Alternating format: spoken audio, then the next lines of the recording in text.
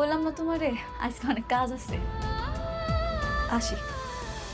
শোনো, তোমার হাজব্যান্ডকে নিয়ে কিন্তু একদিন অবশ্যই আসবে। কি আসবে না? না, আমার জামাই তোমার জামাইয়ের মতো এত ভালো মানুষ না। আমার তো মনে হয় আজকের পর কোনোদিন তোমার সামনে আর ওরা আনতে পারবো না। আসি।